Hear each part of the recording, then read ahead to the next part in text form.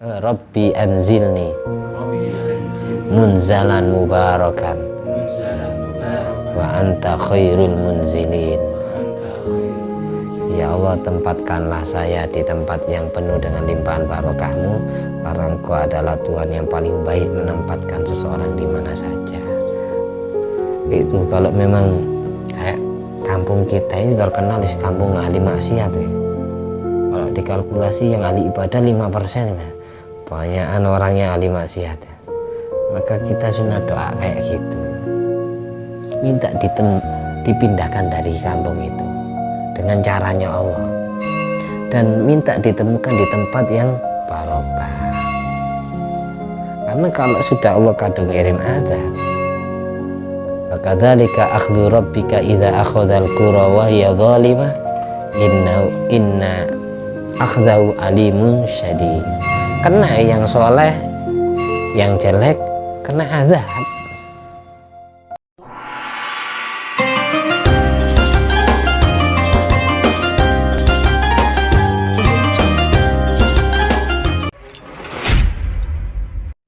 Assalamualaikum warahmatullahi wabarakatuh. Waalaikumsalam warahmatullahi wabarakatuh. Alhamdulillahirabbil alamin alladzi bi ni'mati tatimus sholihat wa bi dzikri sulahai tatanazzalur rahmat wal barakat.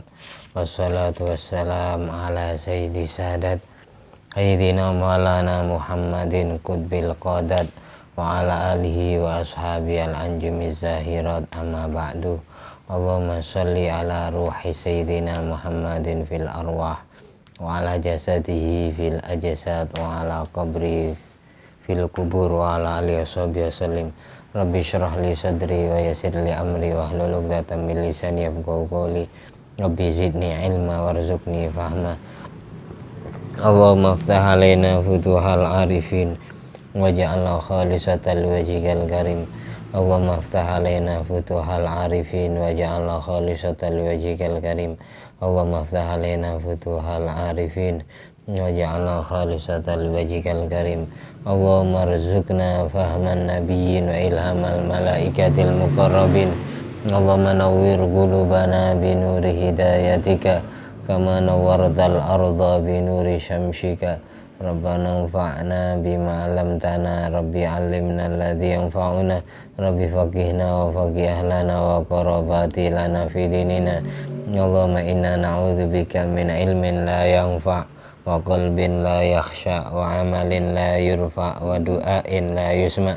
Allahumma inna na'udzubika min adzabil qabri wa min adzabin nar wa min fitnatil mahya wal mamat wa min fitnatil masihid dajjal. Ya Allah biha, ya Allah biha, ya Allah bi husnil khatimah.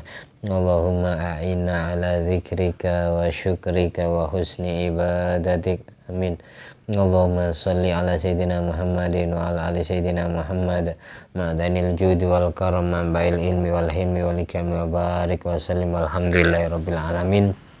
Di malam hari ini kita meneruskan pembacaan kitab Nurul Iman, 50 hadis kumpulan Sayyidil Habib Umar bin Hafid, sampai di hadis yang ke-34 dan ke-35. Semoga semua ilmu yang kita pelajari, yang sudah maupun yang akan kita baca, menjadi ilmu yang bermanfaat dan barokah fiddin wa dunya wal akhirah, biniat liridha ilai ta'ala wali syafaat Rasulillah sallallahu alaihi wasallam. Jami aba ikhwani minal anbiya wal mursalin, jami ali kullin wa sahaba qarabah wa tabin wa tabita min lisan min jamil malaikatil muqarrabin wa jami hamalatil arsi wa jami ru'asil malaikatil arba radu anhum salatu wa salam ajmain. Jami amadil arbatil mujtahidin wal qurra wal hufadul mufassirin wal ulama'il amilin wa syuhada wa salihin wa sadati sufiya wa muqallidin fid din wa jamil fuqaha wal muhadithin wa jamil awliya'il qani ajmain wa jamil ulama wa syuhada al-madhkur asma'am fi hadal kitab. Jami walidaina, nama kedua orang tua mbah-mbahnya sebut. Jami abaina wa ummatina masyaihina wa talamidina wa ashabina wa azwajina wa dhurriyyatina wa auladina wa ra'yatina asdiqaina wa qarabatina wa jiwarina wa duyufina wa ashabina wa ikhwanina fid din minal muslimin wal muslimat wal mu'minin wal mu'minat aynama kanu min masyarikil ardi la magharibiha al ahya'i minhum wal amwat maghfir lahum warhamhum wa'afi ma'fu anhum syai'ul lailana walahumul fatihah. A'udzubillahi minasyaitonir rajim. Bismillahirrahmanirrahim. Alhamdulillahirabbil alamin arrahmanir rahim maliki yaumiddin. Iyyaka na'budu wa iyyaka nasta'in ihdinas siratal mustaqim siratal ladzina an'amta 'alaihim ghairil maghdubi 'alaihim waladdallin. Amin. Di pertemuan kemarin ada keterangan dari hadis riwayat sahabat Abu Hurairah yang menyatakan bahwa Rasulullah SAW pernah mengatakan, Innallaha tajawaza li ummati amma hadasat bi anfusuha ma lam tatakallam bih au ta'mal bih, rawahul Bukhari wa Muslim. Sesungguhnya Allah telah memaafkan kesalahan umatku, yaitu kesalahan yang berkaitan dengan bisikan hati atau omongan hati, kerentek tersirat ingin melakukan maksiat, selagi masih belum diucapkan atau belum dilakoni kemaksiatannya, selagi masih belum terrealisasi, maka Allah maafkan kesalahan umat Rasulullah SAW. La yukallifullah, sebagaimana di Al-Quran, la yukallifullah nafsan illa wus'aha.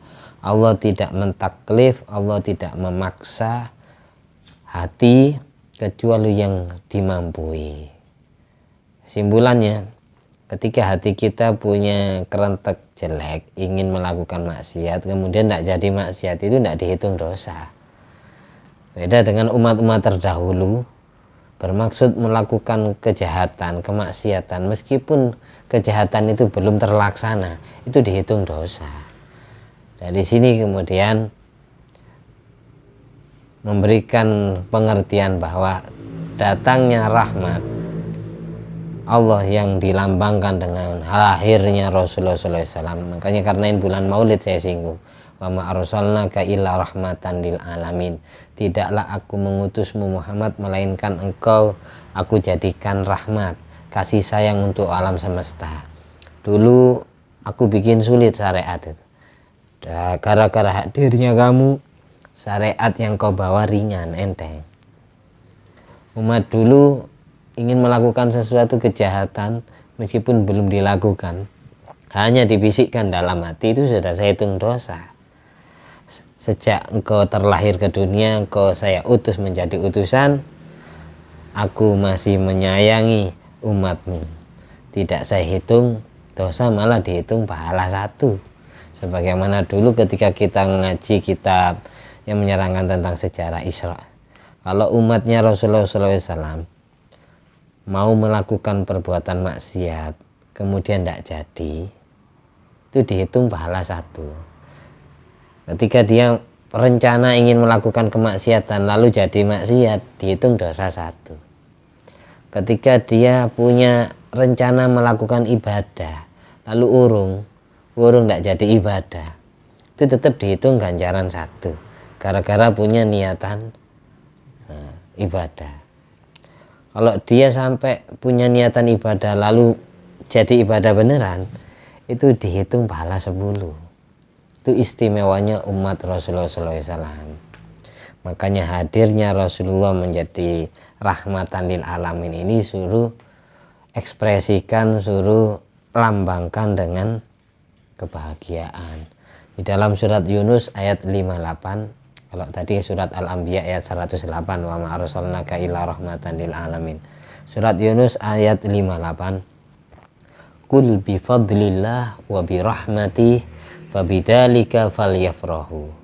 Katakanlah Muhammad kepada umatmu, dengan fadl anugerahnya Allah, dengan rahmatnya Allah, dengan itu semua falyafrahu, berbahagialah kalian semua. Karena datangnya syariat Islam yang dibawa oleh Rasulullah SAW ini merupakan fadl atau rahmat Allah. Jadi kita suruh ekspresikan berupa kebahagiaan. Lahirnya Rasulullah kita rayakan. punya perasaan hati bahagia dengan lahirnya Nabi, itu wa khairu mimma yajma'un, lebih berharga, lebih bernilai harganya daripada harta benda yang kau kumpulkan. Orang mengekspresikan kebahagiaan atau orang merayakan maulid itu beda-beda caranya. Makanya al-ihtifal bi maulidin nabi huwa ta'birun anil farah was surur bil Mustafa sallallahu alaihi wasallam. Perayaan maulid adalah sebuah ungkapan, sebuah ekspresi yang melambangkan sukaria atau kebahagiaan atas datangnya Rasulullah SAW di muka bumi. Orang mengekspresikan kebahagiaan kan beda-beda. Contohnya ya, ada pemain bola habis mencetak gol. Kira-kira ekspresinya sama apa enggak? Ada yang habis membobol gawang lawan itu, ada yang salto, ada yang gini-gini tangannya kayak Cristiano Ronaldo ya. Ada yang yes, ada yang gini, ekspresinya beda-beda. Ada yang sampai buka kaosnya, ada yang sampai telosorannya, menggoserkan dada ke bumi, ada yang sampai perosotan ya, beda-beda. Ada yang sampai meluk-meluk temannya. Orang ekspresi kebahagiaan itu beda-beda macamnya. Orang merayakan maulid itu aslinya niatannya ekspresi kebahagiaan atas lahirnya Nabi. Entah itu dengan cara pembacaan maulid kayak, atau dengan cara mengajarkan ilmu yang diajarkan Rasul kayak gini. Kalau kita niat merayakan maulid Nabi ya bagus, karena ajarannya dihidup-hidupkan. Atau dengan sodako, niat sodakonya niat merayakan maulid Nabi. Ada yang hanya sanggup sepiring nasi, 3 piring nasi. Itu semua cara-cara yang beda, tapi tujuannya sama. Orang mencetak gol itu ekspresinya beda-beda, tapi tujuannya sama. Apa tujuannya? Merayakan atau pesta atas kemenangan, atas gol yang tercipta. Demikian pula orang merayakan maulid Nabi itu ya kayak gitu. Tidak harus ada maulidnya, pembacaan maulid nabinya, pembacaan sholawatnya. Bisa berupa sodako saja, bisa dengan baca Al-Quran. Bisa orang mengekspresikan maulid itu dengan cara berpuasa, mempuasai hari kelahiran Nabi. Berarti merayakan ulang tahunnya Kanjeng Nabi ya. Atau dengan cara sedekah, atau dengan cara baca sholawat bersama, ngaji bersama. Itu sudah masuk kategori merayakan maulid. Itu sudah diajarkan di Al-Quran. Intinya falyafrahu, kita disuruh bahagia dengan datangnya rahmat itu yang berupa lahirnya Rasulullah SAW yang kemudian membawa syariat Islam, agamanya Allah. Itu suruh dibahagiai. Jadi ulama NU itu tidak sembarangan, ada dasar Al-Qurannya. Memang di zaman Nabi tidak ada perayaan maulid, tapi kita selaku umat itu diperintah oleh Allah faliyafrohu, suruh bahagia dengan lahirnya Rasulullah di muka bumi. Kenapa kalau Nabi yang dirayakan maulidnya, sedang para wali haulnya atau orang biasa hari kematiannya yang diperingati? Karena kalau orang biasa ya, orang biasa itu satu ya, mereka itu sebelum terlahir ke dunia tidak dikenal namanya. Tidak ada nama Juli, tidak ada nama Sopi, tidak ada nama Abdul Adim, tidak ada nama Wahid ya. Di dunia ini sebelum mereka semua lahir. Sedang nama Rasulullah SAW sudah viral sebelum terlahir ke dunia. Innallaha khalaqa qabla asya' nurun nabiyika Muhammad SAW min nurih. Allah sebelum menciptakan langit bumi dan seisinya, sebelum menciptakan Nabi Adam dan Hawa, makhluk pertama yang Allah ciptakan adalah nur Nabi Muhammad SAW. Sehingga Nabi Adam pada saat menikah dengan Siti Hawa, mas kawinnya adalah dengan membaca sholawat kepada Nabi. Orangnya belum lahir, tapi nurnya sudah tercipta. Terus semua kitab-kitab yang Allah turunkan sebelum Al-Quran, termasuk ya Injil, Taurat, Zabur, dan kitab-kitab suhuf Ibrahim wa Musa dan suhufnya Nabi Sis dan seterusnya, itu sudah tercantum nama Nabi Muhammad, nama Nabi Ahmad, hanya saja namanya Ahmad. Kenapa? Kalau disamakan persis takut dicari dan dibunuh oleh sejak kecil.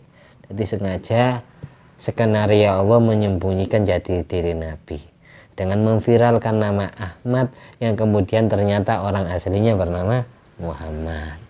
Demikian pula dengan Imam Mahdi, nama yang viral kan Muhammad, tapi besok pasti yang muncul bukan Muhammad saja. Sama tapi ada kemiripan, beda tapi ada kemiripan. Muhammad Juli dan Muhammad Sofi kan bisa jadi gitu.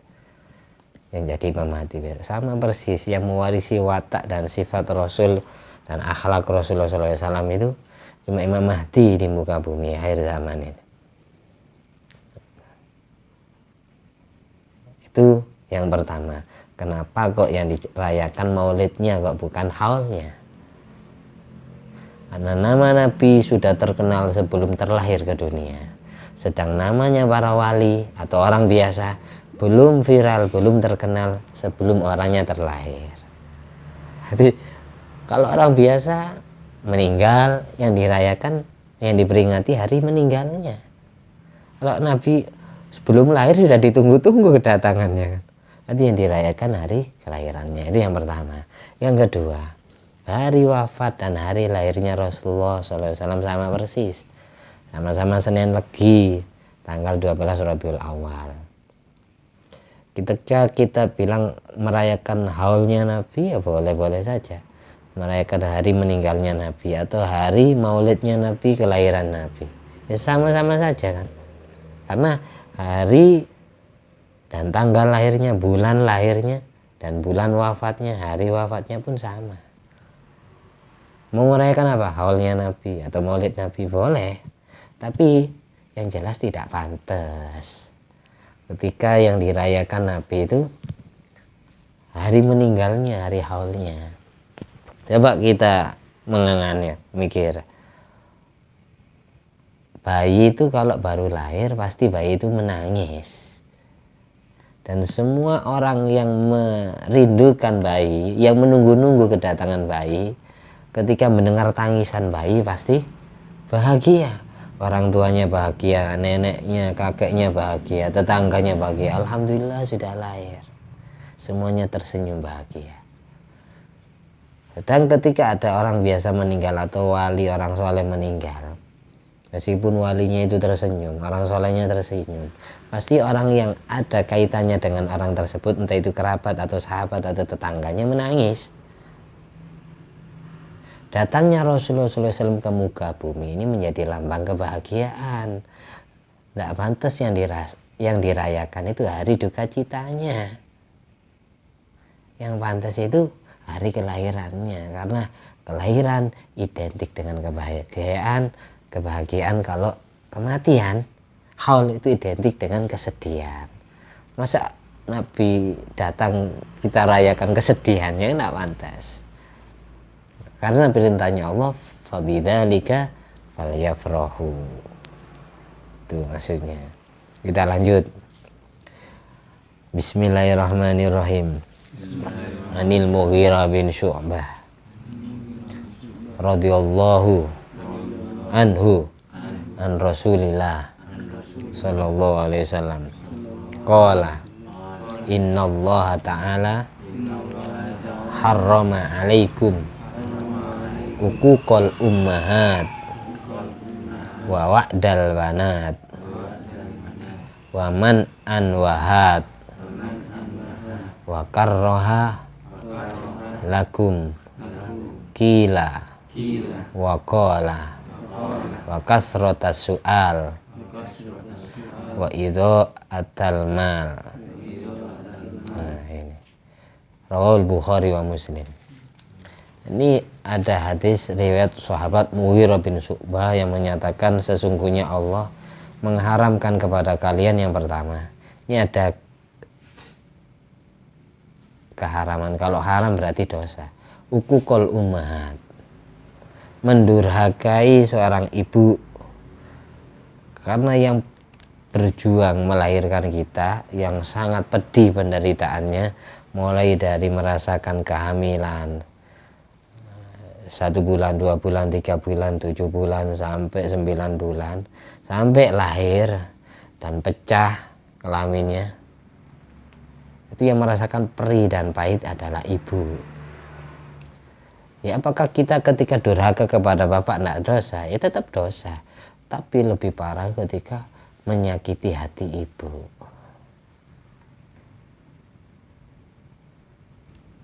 Makanya saya kalau anak lahiran itu saya di pinggir, saya tahu persis lahirnya bayi keluar dari selangkangan itu, tahu persis kepalanya dulu.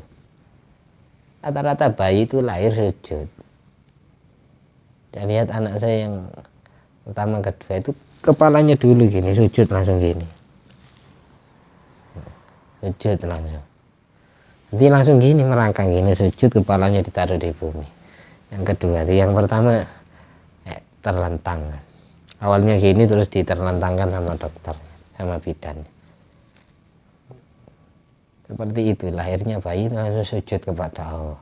Makanya kita diperintah sujud, diperintah sholat. Perjuangan, karena nafasnya seorang ibu itu ngeden melahirkan anak itu ya, kalau sampai tidak kuat mati. Apalagi ya ususnya terikut keluar, operasi. Makanya yang paling sakit ketika anak itu membangkang kepada orang tua adalah perasaan seorang ibu, karena pedihnya bukan main.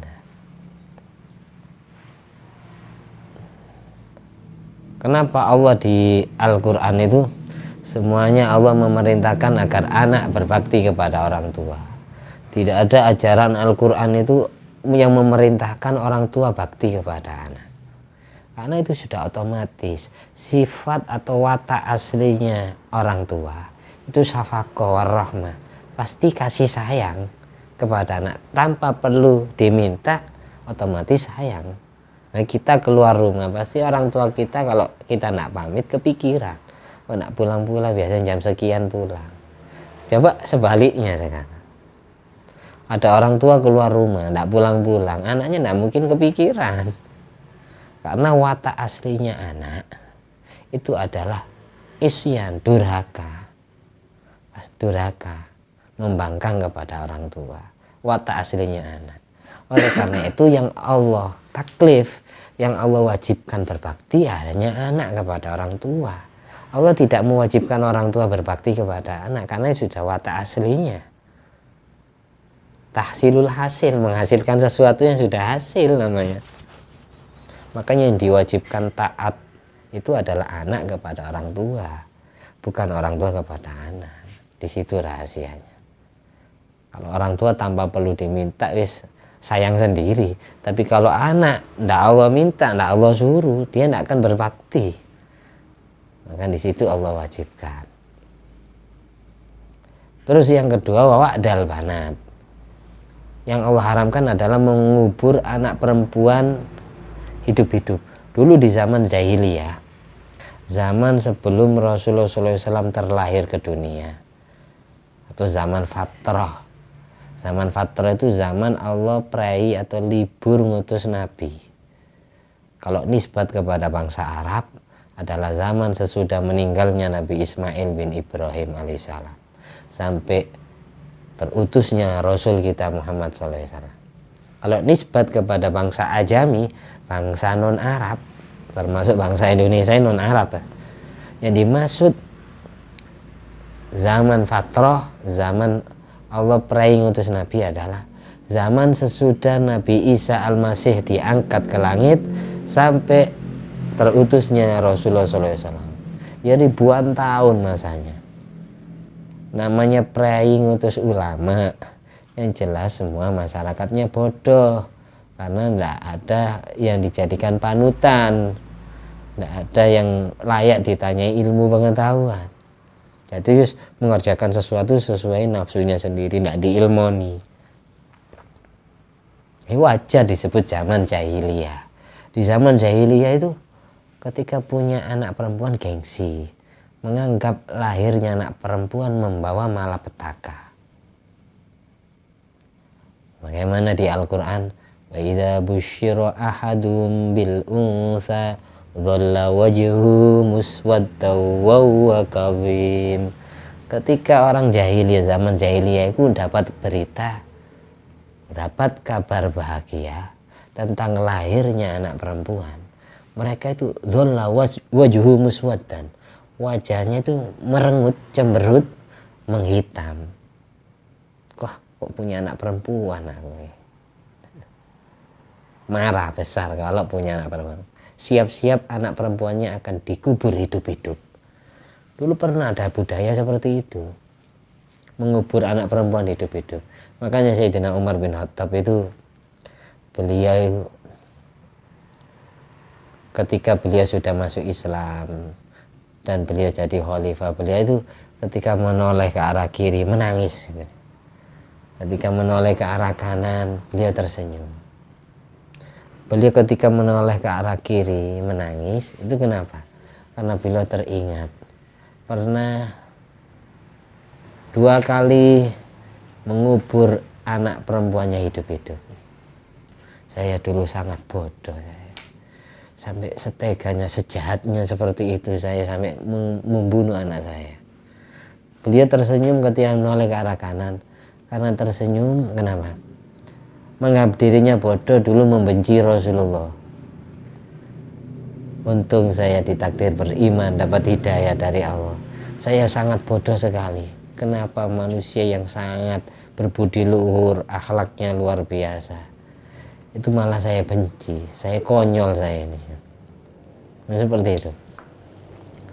Sayyidina Umar sendiri nututi zaman jahiliyah itu. Makanya wa'dul banat yang dimaksud adalah dafnul binti hayatan, mengubur anak hidup-hidup, bukan dibunuh dulu baru dikubur, bukan. Langsung dibuatkan joglangan, lubang, ya. Setelah itu anaknya dilemparkan. Setelah itu ditimbun, meskipun anaknya teriak-teriak nangis, diuruk lemah, ditimbuni tanah. Coba sampean bayangkan, sampean punya anak sendiri, lalu dibuatkan liang kubur, anaknya dilemparkan, setelah itu ditimbuni tanah, anaknya teriak-teriak nangis, tidak dipedulikan. Dari situ kemudian Sayyidina Umar bin Khattab menangis. Kok teganya saya, kok jahatnya saya sampai membunuh anak saya seperti itu. Dulu karena beliau hidup di zaman jahiliyah, tidak diilmu, nangis beliau, teringat anak yang dibunuh hidup-hidup. Makanya dari situ Allah membuktikan bahwasanya anak perempuan itu tidak membawa malapetaka dengan lahirnya Siti Fatimah Az-Zahra.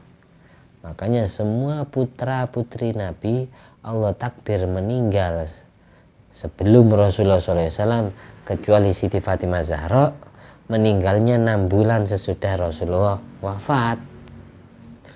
Oleh Sayyid Qasim, anak pertama Kanjeng Nabi, meninggal. Digosip oleh As bin Wa'il, Nabi Abtar, Nabi tidak punya keturunan, semua anaknya meninggal. Sayyid Ibrahim meninggal, Siti Zainab, Siti Ruqayyah, Siti Ummi Kulsum, Sayyid Abdullah meninggal sebelum Rasulullah SAW. Digosip Kanjeng Nabi Abtar, terputus keturunannya. Baru kemudian turun surat Al-Kautsar, inna a'tainakal kautsar fasholli li rabbika wanhar inna syani'aka huwal abtar. Sesungguhnya orang yang menggosipmu nasabnya terputus, dia sendiri yang terputus, Muhammad. Kayaknya di situ kemudian Siti Khadijah hamil Siti Fatimah Zahra. Dengan lahirnya Siti Fatimah Zahra, ketika Siti Fatimah Zahra lahir, Kanjeng Nabi itu usianya 39 tahun. 39 tahun. Berarti masih belum dilantik menjadi Rasul.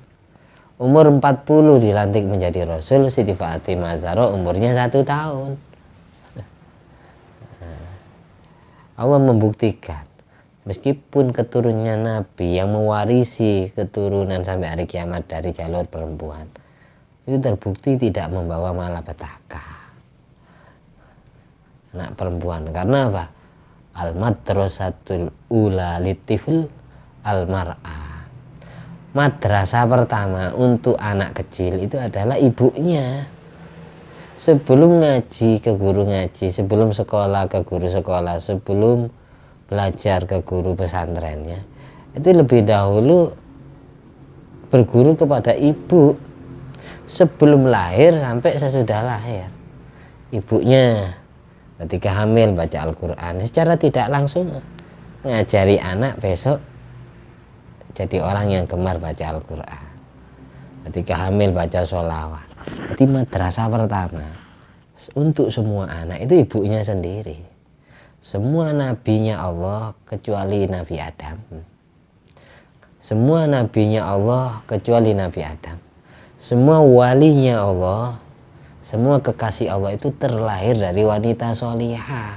Tidak ada wanita, tidak ada nabi, tidak ada wanita, tidak ada wali. Kita terkenal wali siapa? Guru Sekumpul, Habib Anis, Syekh Abdul Qadir Jilani. Itu ada wali seperti itu karena beliau terlahir dari ibunya. Nggak mungkin terlahir dari bapaknya. Itu membuktikan bahwasanya adanya anak perempuan tidak membawa malapetaka. Terus kemudian waman anwahat. Allah mengharamkan man'an wahad. Man'an ini yang dimaksud adalah an-nahyu amma amarallahu bihi alla yumna'a. Kita dilarang, kita diharamkan mencegah orang lain untuk melakukan perintahnya Allah. Ada orang mau ngaji, mau ibadah nggak boleh. Itu termasuk man'an. Wahad itu adalah fi'lu amrin. An-nahyu an talabi ma la yastahiqqu talabu. Kita dilarang meminta sesuatu yang bukan hak kita sendiri. Bukan punyanya sendiri kok dirampas. Itu namanya wahad. Kayak ngerampok. Kadang ada orang yang punya otoriter, punya wilayah, punya kekuasaan, entah itu karena dia merasa dirinya orang tua semena-mena kepada anak, karena merasa dirinya seorang guru semena-mena kepada muridnya, karena dia preman semena-mena kepada orang yang ditolim. Itu termasuk wahad. Itu termasuk ngerampok, itu namanya secara tidak langsung. Meskipun guru kepada murid, orang tua kepada anak. Wa karraha lakum qila wa qal. Allah membenci desas-desus. Konon katanya, dia berkata, ini namanya desas-desus. Kunjingan, rasanan, itu namanya desas-desus. Gosip. Allah membenci seperti itu. Wa kasrata su'al, Allah tidak senang banyaknya pertanyaan dan banyaknya meminta-minta, ngemis itu. Allah tidak senang. Kalau bisa kita tangan di atas daripada tangan di bawah. Kalau tidak diberi jangan berharap, kalau dikasih diterima. Kalau dikasih diterima, kalau tidak dikasih jangan diharap.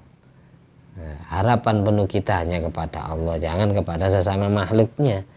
Tapi kalau harapan kita hanya kepada makhluk, suatu saat makhluk itu tidak mewujudkan harapan kita, akhirnya ujung-ujungnya kecewa.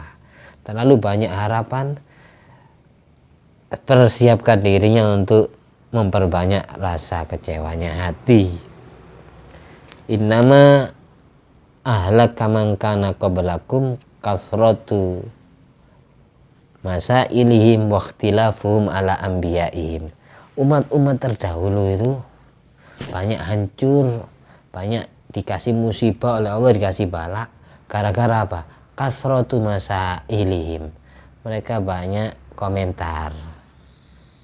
Kalau dinasihati nabinya, mereka protes, mereka komen. Dan mereka banyak meminta-minta sesuatu yang tidak perlu diminta, pasti dikasih. Dan mereka banyak wakhtilafum ala anbiya'in, tidak nurut perintah nabinya, tidak nurut perintah gurunya. Banyak kayak gitu. Jadi rusaknya umat-umat terdahulu itu gara-gara dua. Banyak komentar, atau banyak meminta-minta sesuatu yang tidak perlu diminta. Terus yang kedua itu nak nurut ke perintah gurunya, nak nurut ke perintah ulamanya, nabinya. Nabi zaman itu ya ulamanya kan ya. Dinasihati nak mau, akhirnya itu hancur. Ketika dapat musibah bala ya akhirnya kasta. Contohnya kayak kaum Ad. Kaum Ad ini kaumnya Nabi Soleh, sampai menyembelih untanya Nabi Soleh. Akhirnya Allah kirimkan angin topan, dari saking kencengnya angin sampai mencabut kepala dari batang lehernya. Wa arsalna alaihim rihan sarsaran fi yaumin nahsim mustamir. Dulu umatnya Nabi Musa serakah, kayak Korun, Haman, tenggelam bersama harta bendanya. Fir'aun tenggelam dihimpit laut merah. Itu gara-gara itu nak nurut ke nabinya. Dan banyak komentar, mengomentari ulamanya, merasa lebih pintar, merasa lebih hebat. Naudzubillah min dzalik. Jadi kasratu soal di sini yang dimaksud adalah bukan meminta-minta saja. As-su'al lil mal au anil muskilat minal masail au majmu'il amrain. Yang dimaksud kasratu soal di sini, banyaknya soal yang dimaksud adalah banyaknya meminta-minta harta atau banyaknya bertanya tentang kemuskilan-kemuskilan ilmu. Sudah dikasih ilmu masih ditanyakan lagi, dijawab bertanya lagi, dijawab bertanya lagi. Sebelum diterangkan sudah ditanyakan, padahal nanti mau diterangkan. Nanti orang banyak tanya itu ya kurang bagus. Kayak umatnya Nabi Musa, Bani Israel itu, dia meminta ya, minta apa, makanan surga, turun bener makanan surga, nggak mau dimakan karena Nabi Musa nggak mau makan. Ya minta kan kalian, Rabbana anzil ilaina ma'idatan minas sama' takunu lana idan li awwalina wa akhirina wa ayatan minka. Itu al-ayah.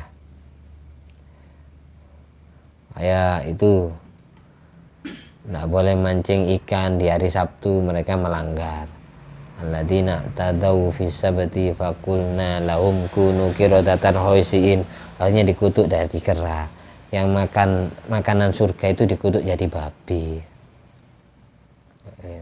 Itu gara-gara nak nurut ke nabinya, terlalu banyak bertanya, dikasih tahu tanya, dikasih tahu tanya, dikejar. Hati tanyanya bukan karena tidak paham, karena mempersulit penjawab agar bisa jawab.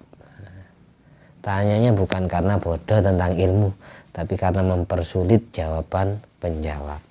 Terus yang terakhir yang Allah benci adalah wa idha'atal mal, menghambur-hamburkan harta benda sehingga mubazir. Makanya kalau ulama dulu itu ada satu upol saja itu masih diperdulikan, satu butir nasi, karena kita tidak bisa menciptakan satu butir. Yang berperan dan ikut andil terciptanya satu butir itu banyak tangan, mulai dari pemasaknya, penjualnya, petaninya, ya gitu dan seterusnya. Itu besok kita yang punya rokok-rokok itu jangan diremehkan. Ketika rokok kita tinggal separuh, mensyukuri nikmatnya Allah. Ketika kita mensyukuri nikmat Allah yang kecil, maka akan dapat yang lebih banyak. Ketika kita tidak meremehkan satu butir nasi, kita akan diberi kemudian dapat nasi yang lebih banyak. Itu gambarannya kayak gitu. Hati jangan gampang meremehkan rezeki Allah yang kecil. Ya kalau kamu masih punya banyak, saat kamu ketika butuh satu butir pun kamu santap, meskipun tinggal apa istilahnya utis ya, sedot nek wae butuh. Makanya jangan gampang meremehkan rezeki yang kecil, karena itu termasuk yurisul faqra, menyebabkan syaratnya rezeki. Ayo baca terakhir paskan 40 menit. An Abi Musa radhiyallahu anhu an Rasulillah sallallahu alaihi wasallam qala innallaha ta'ala la yumli lidzalim hatta idza akhadhahu lam yuflithu qala thumma qara'a wa kadzalika akhdhu rabbika idza akhadhal qura wa hiya zalimatun inna akhdahu alimun syadid. Ini maksudnya sesungguhnya Allah mengimla atau mendikte orang zalim, sehingga ketika Allah menyergap orang zalim itu maka Allah tidak melepasnya. Maksud gini, ketika Allah sudah kadung ngirim azab kepada sebuah kaum, Allah tidak peduli di sana ada orang saleh apa tidak. Wa kadzalika akhdhu rabbika idza akhadhal qura. Begitulah ketika Allah memberikan hukuman atau musibah kepada beberapa desa, wa ya zalimatun, yang ahli desa itu zalim, ahli maksiat semua. Kalau dikalkulasi satu kampung ini yang ahli maksiat 90%, yang ahli ibadah 10%. Inna akhdahu alimun syadid, sesungguhnya siksaan Allah, musibahnya Allah itu sangat pedih. Allah tidak peduli. Idza nazalal bala amma soleh wa toleh, ketika Allah menurunkan bala maka merata kepada orang baik sama orang jelek. Amat toleh wassoleh, yang ahli ibadah kena musibah kayak yang tsunami itu tidak semuanya orang jelek yang kena itu, yang mati itu, ada orang solehnya juga. Hanya saja apa, karena kalau dikalkulasi lebih banyak yang tidak soleh daripada yang soleh, sehingga yang soleh terikut kena getahnya. Nggak ikut makan nangka tapi kena getah nangkanya, ibaratkan gitu. Makanya ada doa di Al-Quran, Imam Ghazali di Ihya itu menganjurkan ketika kita noleh sekitar kita, tetangga kita dan kampung kita ini, kalau dikalkulasi lebih banyak yang ahli maksiat daripada ahli ibadahnya, kita itu sunat pergi meninggalkan kampung itu. Sebagaimana disuruh sering mungkin doa gini, Rabbana, ikuti, Rabbana akhrijna min hadhil qaryati al-zalimi ahluha. Di Al-Quran ada Rabbana akhrijna min hadhil qaryati zalimi ahluha. Ya Allah, keluarkan saya dari kampung ini yang mana penduduknya banyak orang zalimnya. Pindahkan saya dengan caramu sehingga menemukan tempat yang barokah, sebagaimana doanya Nabi Yunus, Nabi Nuh, Rabbi anzilni munzalan mubarakan wa anta khairul munzilin. Ya Allah, tempatkanlah saya di tempat yang penuh dengan limpahan barokahmu, karena Engkau adalah Tuhan yang paling baik menempatkan seseorang di mana saja. Itu kalau memang kayak kampung kita ini terkenal kampung ahli maksiat ya. Kalau dikalkulasi yang ahli ibadah 5% ya. Banyakan orang yang ahli maksiat ya. Maka kita sunah doa kayak gitu, minta dipindahkan dari kampung itu dengan caranya Allah, dan minta ditemukan di tempat yang barokah. Karena kalau sudah Allah kadung ngirim azab, wa kadzalika akhdhu rabbika idza akhadhal qura wa hiya zalimah inna akhdahu alimun syadid. Kena yang soleh, yang jelek kena azab,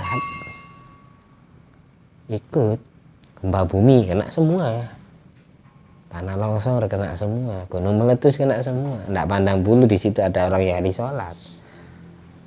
Tapi perlu diingat ada ayat lain.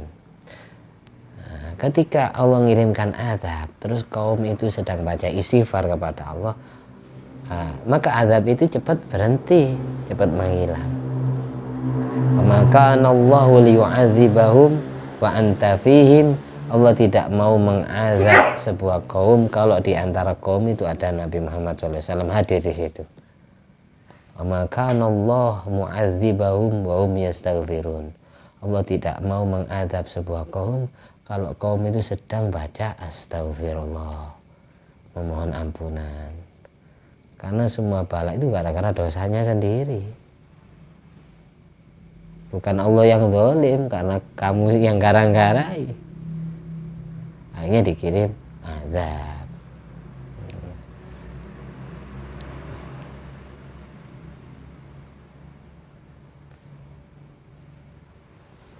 Kayak gitu.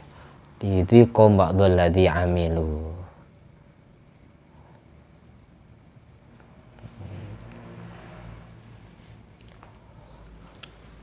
Minal fazada fil barri wal bahri bima kasabat aydin nas liyudhiqahum ba'dul ladzi amilu.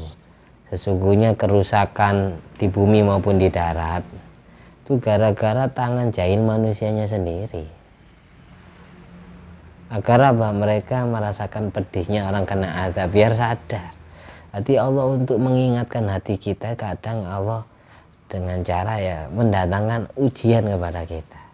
Karena kalau hidup kita bahagia terus, maka kita akan sombong, akan serakah, tidak pernah ingat kepada Tuhan yang memberikan karunia, yang memberikan rezeki.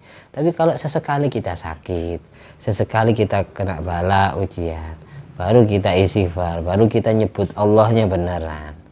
Istighfarnya orang sehat sama orang sakit itu kan beda. Nyebutnya orang sehat sama nyebutnya orang yang sakit itu beda.